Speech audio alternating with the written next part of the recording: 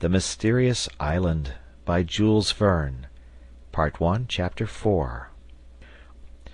All at once the reporter sprang up, and telling the sailor that he would rejoin them at that same place, he climbed the cliff in the direction which the negro Neb had taken a few hours before.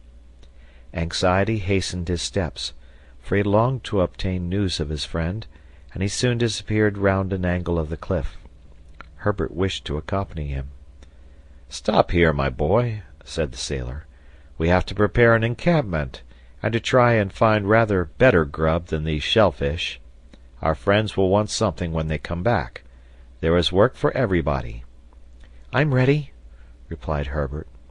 "All right," said the sailor. "That will do. We must set about it regularly. We are tired, cold, and hungry. Therefore we must have shelter, fire, and food.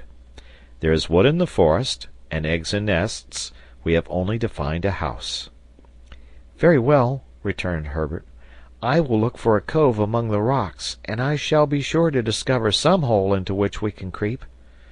"All right," said Pencroft. "Go on, my boy." They both walked to the foot of the enormous wall over the beach, far from which the tide had now retreated. But instead of going towards the north, they went southward. Pencroft had remarked, several hundred feet from the place at which they landed, a narrow cutting, out of which he thought a river or stream might issue. Now, on the one hand, it was important to settle themselves in the neighborhood of a good stream of water, and on the other it was possible that the current had thrown Cyrus Harding on the shore there. The cliff, as has been said, rose to a height of 300 feet, but the mass was unbroken throughout, and even at its base, scarcely washed by the sea, it did not offer the smallest fissure which would serve as a dwelling. It was a perpendicular wall of very hard granite, which even the waves had not worn away. Towards the summit fluttered myriads of seafowl, and especially those of the web-footed species with long, flat, pointed beaks, a clamorous tribe, bold in the presence of man, who probably for the first time thus invaded their domains. Pencroft recognized the skua and other gulls among them, the voracious little sea-mew, which in great numbers nestled in the crevices of the granite. A shot fired among this swarm would have killed a great number, but to fire a shot a gun was needed, and neither Pencroft nor Herbert had one. Besides this, gulls and sea-mews are scarcely eatable, and even their eggs have a detestable taste. However, Herbert, who had gone forward a little more to the left, soon came upon rocks covered with seaweed, which, some hours later, would be hidden by the high tide. On these rocks, in the midst of slippery wrack, abounded bivalve shellfish, not to be despised by starving people. Herbert called Pencroft, who ran up hastily. "Here are mussels!" cried the sailor. "These will do instead of eggs." "They are not mussels," replied Herbert, who was attentively examining the mollusks attached to the rocks. "They are lithodomes." "Are they good to eat?" asked Pencroft. "Perfectly so." "Then let us eat some lithodomes." The sailor could rely upon Herbert. The young boy was well up in natural history, and always had had quite a passion for the science. His father had encouraged him in it by letting him attend the lectures of the best professors in Boston, who were very fond of the intelligent, industrious lad. And his turn for natural history was, more than once in the course of time, of great use, and he was not mistaken in this instance. These lithodomes were oblong shells, suspended in clusters and adhering very tightly to the rocks. They belong to that species of molluscous perforators which excavate holes in the hardest stone. Their shell is rounded at both ends, a feature which is not remarked in the common mussel. Pencroft and Herbert made a good meal of the lithodomes, which were then half opened to the sun. They ate them as oysters, and as they had a strong peppery taste, they were palatable without condiments of any sort. Their hunger was thus appeased for the time, but not their thirst, which increased after eating these naturally spiced mollusks. They had then to find fresh water, and it was not likely that it would be wanting in such a capriciously uneven region. Pencroft and Herbert, after having taken the precaution of collecting an ample supply of lithodomes, with which they filled their pockets and handkerchiefs, regained the foot of the cliff. 200 paces farther they arrived at the cutting, through which, as Pencroft had guessed, ran a stream of water. Whether fresh or not was to be ascertained. At this place the wall appeared to have been separated by some violent subterranean force. At its base was hollowed out a little creek, the farthest part of which formed a tolerably sharp angle. The watercourse at that part measured 100 feet in breadth, and its two banks on each side were scarcely 20 feet high. The river became strong almost directly between the two walls of granite, which began to sink above the mouth. It then suddenly turned and disappeared beneath the wood of stunted trees half a mile off. "Here is the water, and yonder is the wood we require," said Pencroft. "Well, Herbert, now we only want the house." The water of the river was limpid. The sailor ascertained that at this time, that is to say, at low tide, when the rising floods did not reach it, it was sweet. This important point established, Herbert looked for some cavity which would serve them as a retreat, but in vain. Everywhere the wall appeared smooth, plain, and perpendicular. However, at the mouth of the watercourse, and above the reach of the high tide, the convulsions of nature had formed, not a grotto, but a pile of enormous rocks, such as are often met with in granite countries, and which bear the name of chimneys. Pencroft and Herbert penetrated quite far in among the rocks, by sandy passages in which light was not wanting, for it entered through the openings which were left between the blocks, of which some were only sustained by a miracle of equilibrium. But with the light came also air, a regular corridor gale, and with the wind the sharp cold from the exterior. However, the sailor thought that by stopping up some of the openings with a mixture of stones and sand, the chimneys could be rendered habitable. Their geometrical plan represented the typographical sign ampersand, which signifies etc., abridged, but by isolating the upper mouth of the sign, through which the south and west winds blew so strongly, they could succeed in making the lower part of use. "Here's our work," said Pencroft, "and if we ever see Captain Harding again, he will know how to make something of this labyrinth." "We shall see him again, Pencroft," cried Herbert, "and when he returns, he must find a tolerable dwelling here. It will be so, if we can make a fireplace in the left passage, and keep an opening for the smoke." "So we can, my boy," replied the sailor, "and these chimneys will serve our turn. Let us set to work, but first come and get a store of fuel.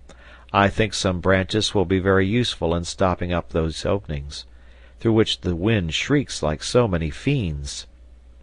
Herbert and Pencroft left the chimneys, and, turning the angle, they began to climb the left bank of the river. The current here was quite rapid, and drifted down some dead wood. The rising tide, and it could already be perceived, must drive it back with force to a considerable distance. The sailor then thought that they could utilize this ebb and flow for the transport of heavy objects.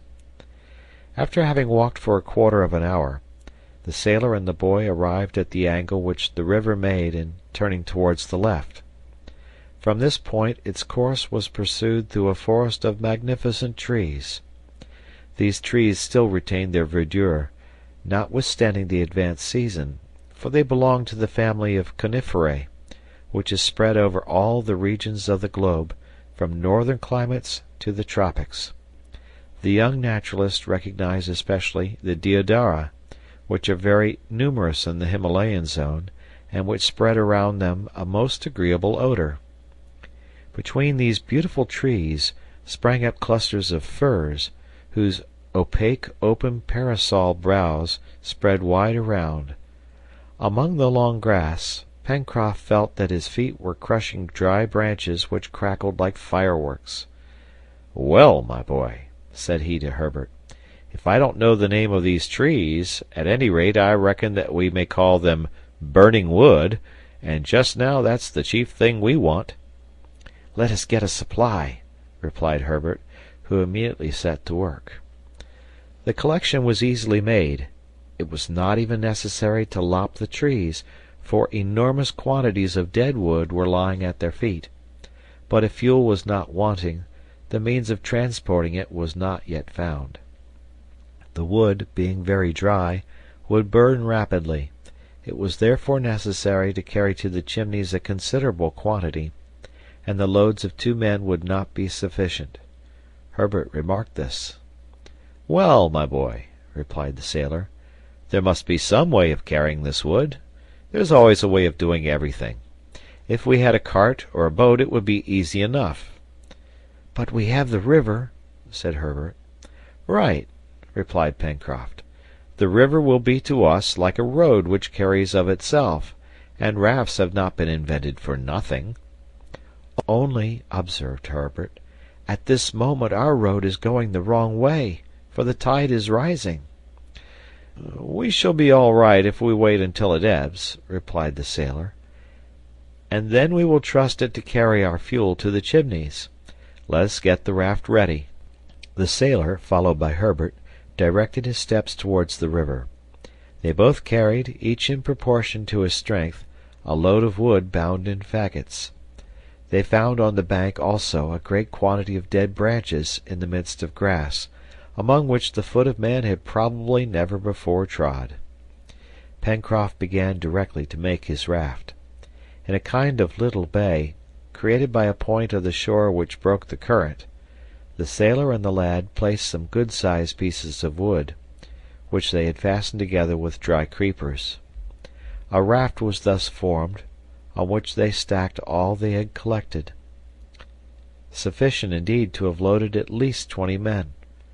In an hour the work was finished, and the raft moored to the bank, awaiting the turning of the tide. There were still several hours to be occupied, and with one consent Pencroft and Herbert resolved to gain the upper plateau, so as to have a more extended view of the surrounding country.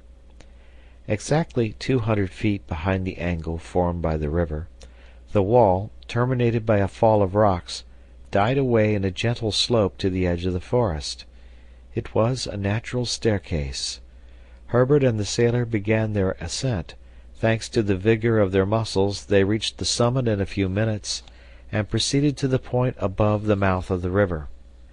On attaining it, their first look was cast upon the ocean, which not long before they had traversed in such a terrible condition. They observed, with emotion, all that part to the north of the coast on which the catastrophe had taken place. It was there that Cyrus Harding had disappeared. They looked to see if some portion of their balloon, to which a man might possibly cling, yet existed. Nothing. The sea was but one vast watery desert. As to the coast, it was solitary also. Neither the reporter nor Neb could be anywhere seen, but it was possible that at this time they were both too far away to be perceived. "Something tells me," cried Herbert, "that a man as energetic as Captain Harding would not let himself be drowned like other people. He must have reached some point of the shore. Don't you think so, Pencroft?" The sailor shook his head sadly. He little expected ever to see Cyrus Harding again, but wishing to leave some hope to Herbert, "Doubtless, doubtless," said he. "Our engineer is a man who would get out of a scrape to which anyone else would yield."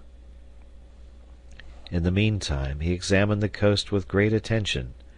Stretched out below them was the sandy shore, bounded on the right of the river's mouth by lines of breakers. The rocks which were visible appeared like amphibious monsters reposing in the surf. Beyond the reef the sea sparkled beneath the sun's rays. To the south a sharp point closed the horizon, and it could not be seen if the land was prolonged in that direction, or if it ran southeast and southwest, which would have made the coast a very long peninsula. At the northern extremity of the bay, the outline of the shore was continued to a great distance in a wider curve. There the shore was low, flat, without cliffs, and with great banks of sand, which the tide left uncovered. Pencroft and Herbert then returned towards the west. Their attention was first arrested by the snow-topped mountain, which rose at a distance of 6 or 7 miles. From its first declivities to within 2 miles of the coast were spread vast masses of wood, relieved by large green patches, caused by the presence of evergreen trees. Then from the edge of this forest to the shore extended a plain, scattered irregularly with groups of trees. Here and there on the left sparkled through glades the waters of a little river. They could trace its winding course back towards the spur of the mountain, among which it seemed to spring. At the point where the sailor had left his raft of wood, it began to run between the 2 high granite walls. But if on the left bank the wall remained clear and abrupt, on the right bank, on the contrary, it sank gradually. The massive sides changed to isolated rocks, the rocks to stones, the stones to shingle running to the extremity of the point. "Are we on an island?" murmured the sailor. "At any rate, it seems to be big enough," replied the lad. "An island, ever so big, is an island all the same," said Pencroft. But this important question could not yet be answered. A more perfect survey had to be made to settle the point. As to the land itself, island or continent, it appeared fertile, agreeable in its aspect, and varied in its productions. "This is satisfactory," observed Pencroft, "and in our misfortune we must thank Providence for it." "God be praised!" responded Herbert, whose pious heart was full of gratitude to the author of all things. Pencroft and Herbert examined for some time the country on which they had been cast, but it was difficult to guess after so hasty an inspection what the future had in store for them. They then returned, following the southern crest of the granite platform, bordered by a long fringe of jagged rocks, of the most whimsical shapes. Some hundreds of birds lived there nestled in the holes of the stone. Herbert, jumping over the rocks, startled a whole flock of those winged creatures. "Oh!" cried he, "those are not gulls nor seamews." "What are they, then?" asked Pencroft. "Upon my word, one would say they were pigeons." "Just so, but there are wild or rock pigeons. I recognize them by the double band of black on the wing, by the white tail, and by the slate-colored plumage. But if the rock pigeon is good to eat, its eggs must be excellent, and we will soon see how many they may have left in their nests." "We will not give them time to hatch, unless it is in the shape of an omelette," replied Pencroft merrily. "But what will you make your omelette in?" asked Herbert. "In your hat?" "Well," replied the sailor, "I am not quite conjurer enough for that. We must come down to eggs in the shell, my boy, and I will undertake to dispatch the hardest." Pencroft and Herbert attentively examined the cavities in the granite, and they really found eggs in some of the hollows. A few dozen being collected, were packed in the sailor's handkerchief, and as the time when the tide would be full was approaching, Pencroft and Herbert began to redescend towards the watercourse. When they arrived there, it was an hour after midday. The tide had already turned. They must now avail themselves of the ebb to take the wood to the mouth. Pencroft did not intend to let the raft go away in the current without guidance, neither did he mean to embark on it himself to steer it. But a sailor is never at a loss when there is a question of cables or ropes, and Pencroft rapidly twisted a cord, a few fathoms long, made of dry creepers. This vegetable cable was fastened to the after part of the raft, and the sailor held it in his hand while Herbert, pushing off the raft with a long pole, kept it in the current. This succeeded capitally. The enormous load of wood drifted down the current. The bank was very equal. There was no fear that the raft would run aground, and before 2 o'clock they arrived at the river's mouth, a few paces from the Chimneys. End of chapter 4.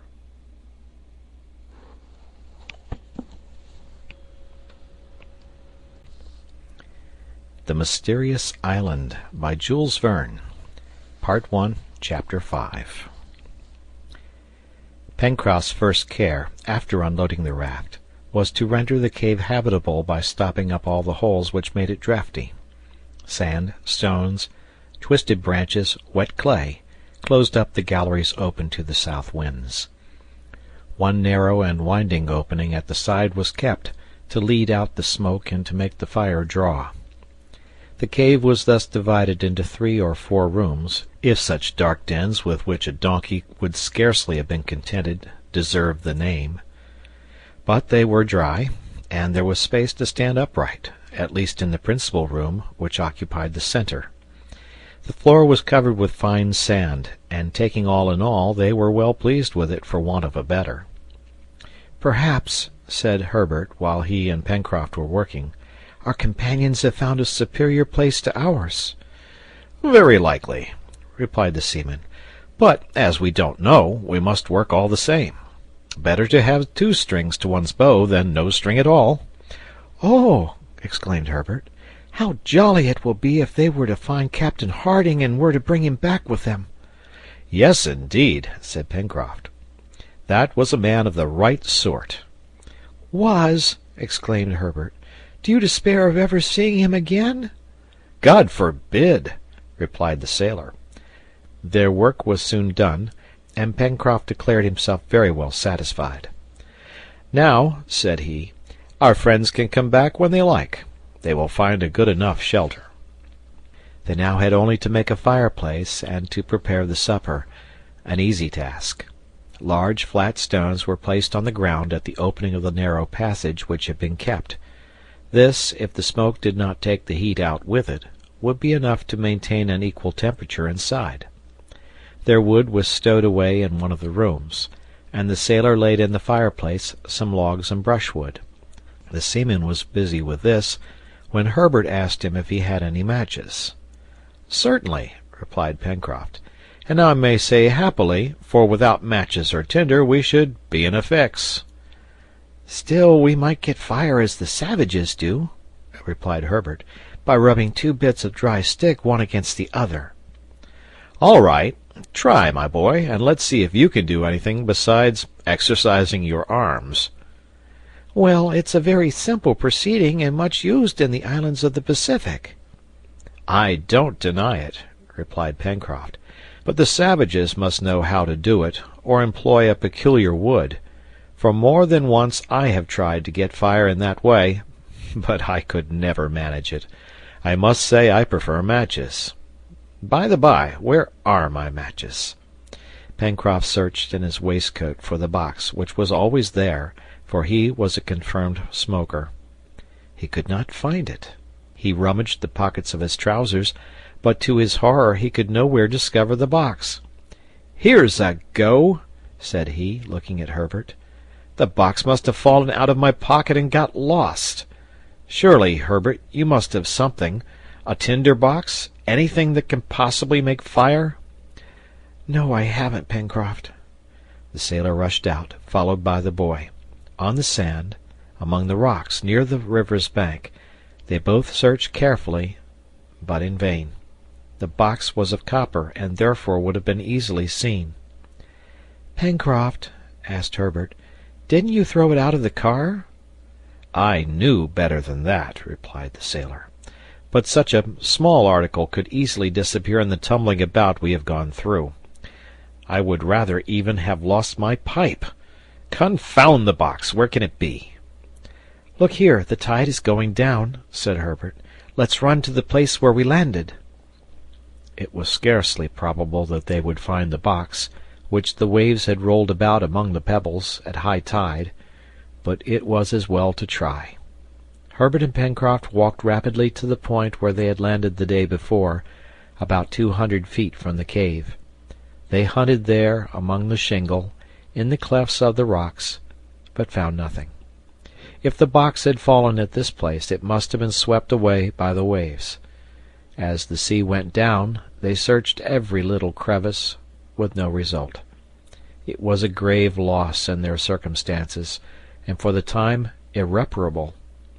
Pencroft could not hide his vexation. He looked very anxious, but said not a word. Herbert tried to console him by observing that if they had found the matches they would, very likely, have been wetted by the sea and useless. "No, my boy," replied the sailor. "They were in a copper box, which shut very tightly. And now what are we to do?" "We shall certainly find some way of making a fire," said Herbert. "Captain Harding or Mr. Spilett will not be without them." "Yes," replied Pencroft, "but in the meantime we are without fire, and our companions will find but a sorry repast on their return." "But," said Herbert quickly, "do you think it possible that they have no tinder or matches?" "I doubt it," replied the sailor, shaking his head, "for neither Neb nor Captain Harding smoke, and I believe that Mr. Spilett would rather keep his notebook than his matchbox." Herbert did not reply. The loss of the box was certainly to be regretted, but the boy was still sure of procuring fire in some way or other.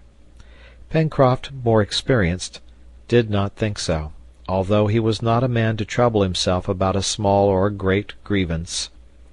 At any rate, there was only one thing to be done, to await the return of Neb and the reporter, but they must give up the feast of hard eggs which they had meant to prepare, and a meal of raw flesh was not an agreeable prospect either for themselves or for the others.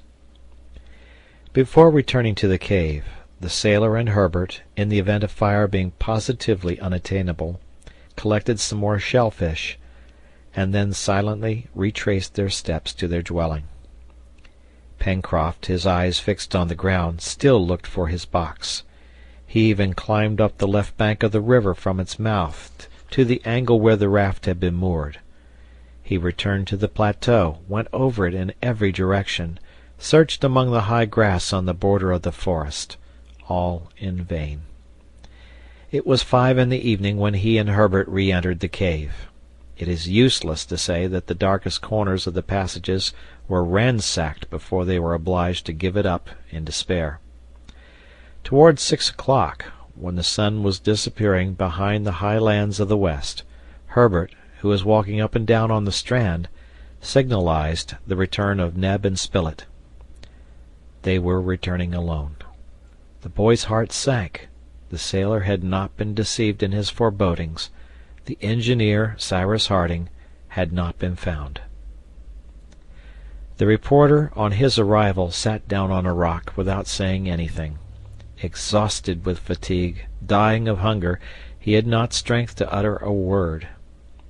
As to Neb, his red eyes showed how he had cried, and the tears which he could not restrain told too clearly that he had lost all hope. The reporter recounted all that they had done in their attempt to recover Cyrus Harding. He and Neb had surveyed the coast for a distance of 8 miles, and consequently much beyond the place where the balloon had fallen the last time but one, a fall which was followed by the disappearance of the engineer and the dog Top. The shore was solitary, not a vestige of a mark, not even a pebble recently displaced, not a trace on the sand, not a human footstep on all that part of the beach. It was clear that that portion of the shore had never been visited by a human being. The sea was as deserted as the land, and it was there, a few hundred feet from the coast, that the engineer must have found a tomb. As Spilett ended his account, Neb jumped up, exclaiming in a voice which showed how hope struggled within him, "No, he is not dead. He can't be dead. It might happen to anyone else, but never to him. He could get out of anything." Then, his strength forsaking him, "Oh, I can do no more," he murmured. "Neb," said Herbert, running to him, "we will find him. God will give him back to us. But in the meantime you are hungry, and you must eat something." So saying, he offered the poor negro a few handfuls of shellfish, which was indeed wretched and insufficient food. Neb had not eaten anything for several hours, but he refused them. He could not, would not, live without his master. As to Gideon Spilett, he devoured the shellfish, then he laid himself down on the sand at the foot of a rock. He was very weak, but calm. Herbert went up to him, and taking his hand, "Sir," said he, "we have found a shelter which will be better than lying here.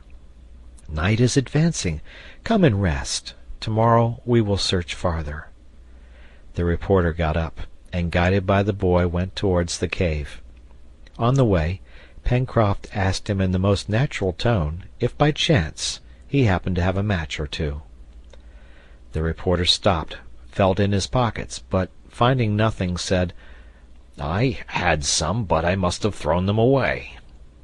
The seaman then put the same question to Neb and received the same answer. "Confound it!" exclaimed the sailor. The reporter heard him, and seizing his arm, "Have you no matches?" he asked. "Not one, and no fire in consequence." "Ah!" cried Neb, "if my master was here, he would know what to do." The four castaways remained motionless, looking uneasily at each other. Herbert was the first to break the silence by saying, "Mr. Spilett, you are a smoker and always have matches about you. Perhaps you haven't looked well. Try again. A single match will be enough." The reporter hunted again in the pockets of his trousers, waistcoat, and greatcoat, and at last, to Pencroft's great joy, no less to his extreme surprise, he felt a tiny piece of wood entangled in the lining of his waistcoat. He seized it with his fingers through the stuff, but he could not get it out. If this was a match, and a single one, it was of great importance not to rub off the phosphorus. "Will you let me try?" said the boy, and very cleverly, without breaking it, he managed to draw out the wretched yet precious little bit of wood, which was of such great importance to these poor men. It was unused. "Hurrah!" cried Pencroft. "It is as good as having a whole cargo." He took the match, and followed by his companions entered the cave. This small piece of wood, of which so many in an inhabited country are wasted with indifference and are of no value, must here be used with the greatest caution. The sailor first made sure that it was quite dry. That done, "We must have some paper," said he. "Here," replied Spilett, after some hesitation, tearing a leaf out of his notebook. Pencroft took the piece of paper which the reporter held out to him, and knelt down before the fireplace. Some handfuls of grass, leaves, and dry moss were placed under the faggots, and disposed in such a way that the air could easily circulate, and the dry wood would rapidly catch fire. Pencroft then twisted the piece of paper into the shape of a cone, as smokers do in a high wind, and poked it in among the moss.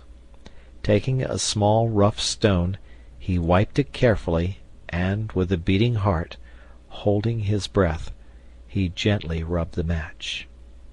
The first attempt did not produce any effect. Pencroft had not struck hard enough, fearing to rub off the phosphorus. "No, I can't do it," said he. "My hand trembles. The match has missed fire. I cannot. I will not." And rising, he told Herbert to take his place. Certainly the boy had never in all his life been so nervous. Prometheus going to steal the fire from heaven could not have been more anxious. He did not hesitate, however, but struck the match directly. A little spluttering was heard, and a tiny blue flame sprang up, making a choking smoke. Herbert quickly turned the match so as to augment the flame, and then slipped it into the paper cone, which in a few seconds too caught fire, and then the moss. A minute later the dry wood crackled, and a cheerful flame, assisted by the vigorous blowing of the sailor, sprang up in the midst of the darkness. "At last!" cried Pencroft, getting up. "I was never so nervous before in all my life." The flat stones made a capital fireplace. The smoke went quite easily out at the narrow passage, the chimney drew, and an agreeable warmth was not long in being felt. They must now take great care not to let the fire go out, and always to keep some embers alight. It only needed care and attention, as they had plenty of wood and could renew their store at any time. Pencroft's first thought was to use the fire by preparing a more nourishing supper than a dish of shellfish. 24 eggs were brought by Herbert. The reporter, leaning up in the corner, watched these preparations without saying anything. A threefold thought weighed on his mind. Was Cyrus still alive? If he was alive, where was he? If he had survived from his fall, how was it that he had not found some means of making known his existence? As to Neb, he was roaming about the shore. He was like a body without a soul. Pencroft knew 50 ways of cooking eggs, but this time he had no choice, and was obliged to content himself with roasting them under the hot cinders. In a few minutes the cooking was done, and the seaman invited the reporter to take his share of the supper. Such was the first repast of the castaways on this unknown coast. The hard eggs were excellent, and as eggs contain everything indispensable to man's nourishment, these poor people thought themselves well off, and were much strengthened by them. Oh, if only one of them had not been missing at this meal! If the 5 prisoners who escaped from Richmond had been all there, under the piled-up rocks, before this clear, crackling fire on the dry sand, what thanksgiving must they have rendered to heaven! But the most ingenious, the most learned, he who was their unquestioned chief, Cyrus Harding, was alas missing, and his body had not even obtained a burial place. Thus passed the 25th of March. Night had come on. Outside could be heard the howling of the wind and the monotonous sound of the surf breaking on the shore. The waves rolled the shingle backwards and forwards with a deafening noise. The reporter retired into a dark corner, after having shortly noted down the occurrences of the day: the first appearance of this new land, the loss of their leader, the exploration of the coast, the incident of the matches, etc., and then, overcome by fatigue, he managed to forget his sorrow in sleep. Herbert went to sleep directly. As to the sailor, he passed the night with one eye on the fire, on which he did not spare fuel. But one of the castaways did not sleep in the cave. The inconsolable, despairing Neb, notwithstanding all that his companions could say to induce him to take some rest, wandered all night long on the shore, calling on his master. End of chapter.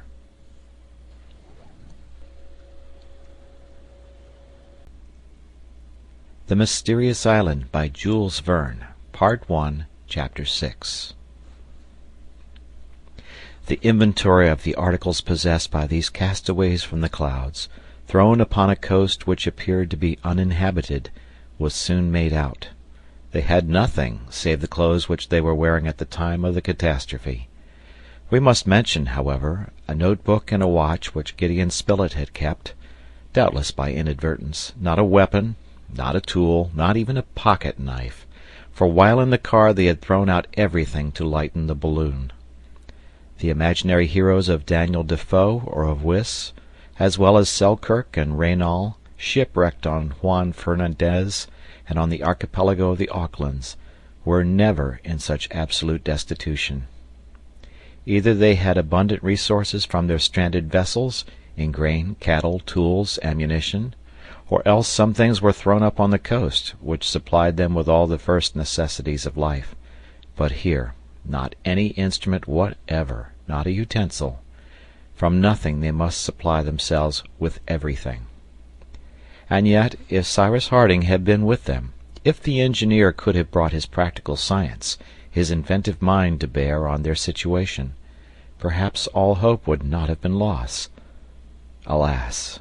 They must hope no longer again to see Cyrus Harding. The castaways could expect nothing but from themselves and from that Providence which never abandons those whose faith is sincere.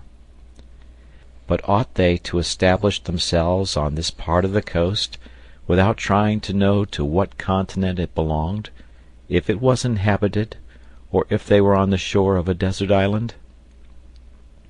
It was an important question, and should be solved with the shortest possible delay. From its answer they would know what measures to take.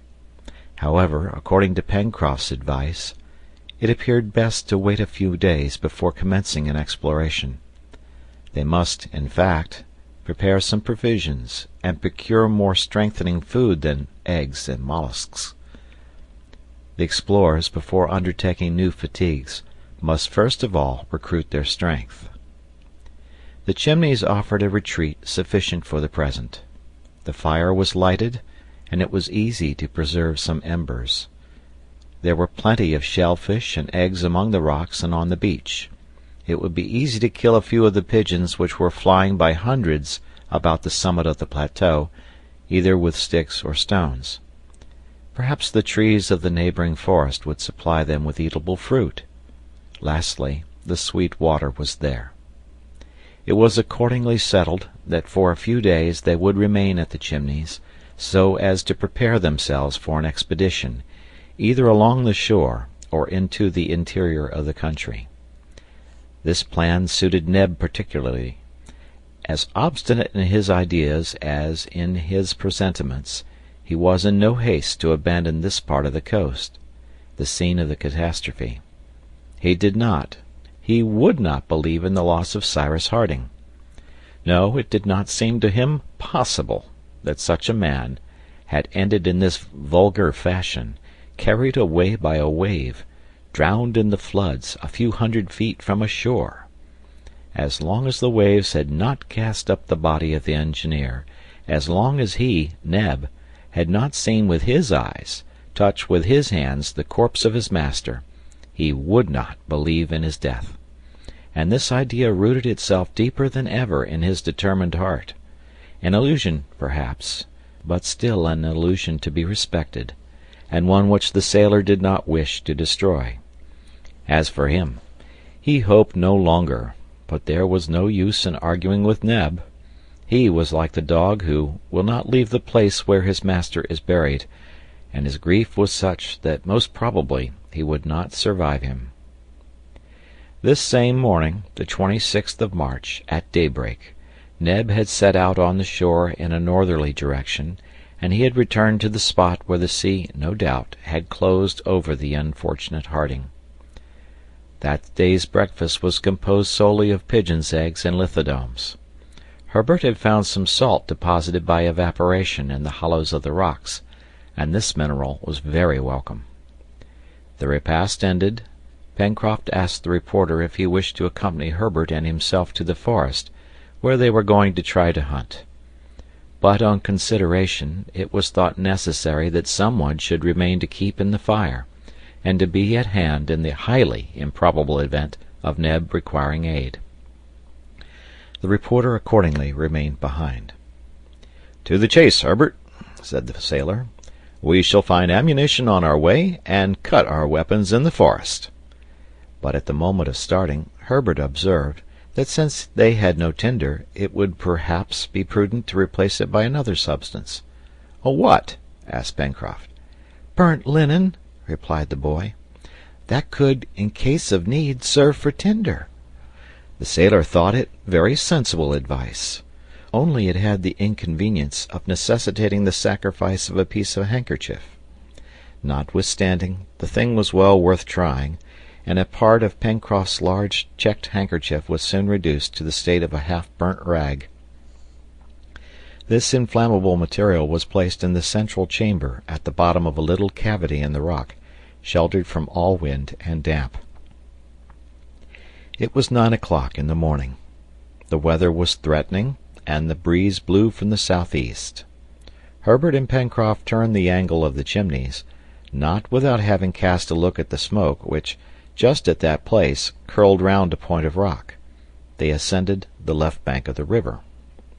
Arrived at the forest, Pencroft broke from the first tree 2 stout branches which he transformed into clubs, the ends of which Herbert rubbed smooth on a rock. Oh, what would they not have given for a knife! The 2 hunters now advanced among the long grass, following the bank. From the turning which directed its course to the southwest, the river narrowed gradually, and the channel lay between high banks, over which the trees formed a double arch. Pencroft, lest they should lose themselves, resolved to follow the course of the stream, which would always lead them back to the point from which they started. But the bank was not without some obstacles. Here the flexible branches of the tree bent level with the current; there, creepers and thorns which they had to break down with their sticks. Herbert often glided among the broken stumps with the agility of a young cat, and disappeared in the underwood. But Pencroft called him back directly, begging him not to wander away. Meanwhile the sailor attentively observed the disposition and nature of the surrounding country. On the left bank, the ground, which was flat and marshy, rose imperceptibly towards the interior. It looked there like a network of liquid threads which doubtless reached the river by some underground drain. Sometimes a stream ran through the underwood, which they crossed without difficulty. The opposite shore appeared to be more uneven, and the valley of which the river occupied the bottom was more clearly visible. The hill, covered with trees disposed in terraces, intercepted the view. On the right bank, walking would have been difficult, for the declivities fell suddenly, and the trees bending over the water were only sustained by the strength of their roots. It is needless to add that this forest, as well as the coast already surveyed, was destitute of any sign of human life. Pencroft only saw traces of quadrupeds, fresh footprints of animals, of which he could not recognize the species. In all probability, and such was also Herbert's opinion, some had been left by formidable wild beasts, which doubtless would give them some trouble. But nowhere did they observe the mark of an axe on the trees, nor the ashes of a fire, nor the impression of a human foot. On this they might perhaps congratulate themselves, for on any land in the middle of the Pacific the presence of man was perhaps more to be feared than desired. Herbert and Pencroft, speaking little, for the difficulties of the way were great, advanced very slowly, and after walking for an hour they had scarcely gone more than a mile. As yet the hunt had not been successful. However, some birds sang and fluttered in the foliage, and appeared very timid, as if man had inspired them with an instinctive fear. Among others, Herbert descried, in a marshy part of the forest, a bird with a long, pointed beak, closely resembling the kingfisher, but its plumage was not fine, although of a metallic brilliancy. "That must be a jacamar," said Herbert, trying to get nearer. "This will be a good opportunity to taste jacamar," replied the sailor, "if that fellow is in a humor to be roasted." Just then a stone cleverly thrown by the boy struck the creature on the wing, but the blow did not disable it, and the jacamar ran off and disappeared in an instant. "How clumsy I am!" cried Herbert. "No, no, my boy," replied the sailor. "The blow was well aimed. Many a one would have missed it altogether. Come, don't be vexed with yourself. We shall catch it another day." As the hunters advanced, the trees were found to be more scattered, many being magnificent, but none bore eatable fruit. Pencroft searched in vain for some of those precious palm trees which are employed in so many ways in domestic life, and which have been found as far as the 40th parallel in the northern hemisphere, and to the 35th only in the southern hemisphere. But this forest was only composed of coniferae, such as deodoras, already recognized by Herbert, the Douglas pine, similar to those which grow in the northwest coast of America, and splendid firs, measuring 150 feet in height. At this moment a flock of birds, of a small size and pretty plumage, with long glancing tails, dispersed themselves among the branches, strewing their feathers, which covered the ground as with fine down. Herbert picked up a few of these feathers, and after having examined them, "These are curlews," said he. "I should prefer a moorcock or guinea fowl," replied Pencroft. "Still, if they are good to eat—" "They are good to eat, and also their flesh is very delicate," replied Herbert. "Besides, if I don't mistake, it is easy to approach and kill them with a stick." The sailor and the lad, creeping among the grass, arrived at the foot of a tree, whose lower branches were covered with little birds. The curacus were waiting the passage of insects, which served for their nourishment. Their feathery feet could be seen clasping the slender twigs which supported them. The hunters then rose, and using their sticks like scythes, they mowed down whole rows of these curacus, who never thought of flying away, and stupidly allowed themselves to be knocked off. 100 were already heaped on the ground before the others made up their minds to fly. "Well," said Pencroft, "here is game which is quite within the reach of hunters like us. We have only to put out our hands and take it." The sailor having strung the curacus like larks on flexible twigs, they then continued their exploration. The stream here made a bend towards the south, but this detour was probably not prolonged, for the river must have its source in the mountain, and be supplied by the melting of the snow which covered the sides of the central cone. The particular object of their expedition was, as has been said, to procure the greatest possible quantity of game for the inhabitants of the Chimneys. It must be acknowledged that as yet this object had not been obtained. So the sailor actively pursued his researches, though he exclaimed, when some animal which he had not even time to recognize fled into the long grass, "If only we had the dog Top!" But Top had disappeared at the same time as his master, and had probably perished with him. Towards 3 o'clock, new flocks of birds were seen through certain trees, at whose aromatic berries they were pecking, those of the juniper tree among others.